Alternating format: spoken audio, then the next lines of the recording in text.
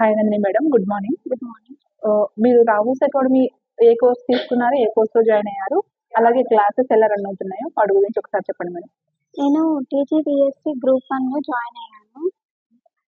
ఇంకా క్లాసెస్ అయితే చాలా బాగా జరుగుతున్నాయి. ఇప్పుడు మాకు ఎకనామీ ఇంకా హిస్టరీ క్లాసెస్ జరుగుతున్నాయి. ఎకనామీ కంప్లీట్ అయిపోయింది. ఓకే. హిస్టరీ క్లాస్ జరుగుతుంది. ఇప్పుడు మోడర్న్ హిస్టరీ జరుగుతుంది.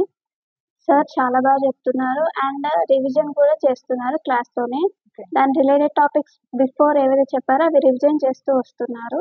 ఓకే. డౌట్స్ కూడా పెద్దగా ఏమి ఉండవు.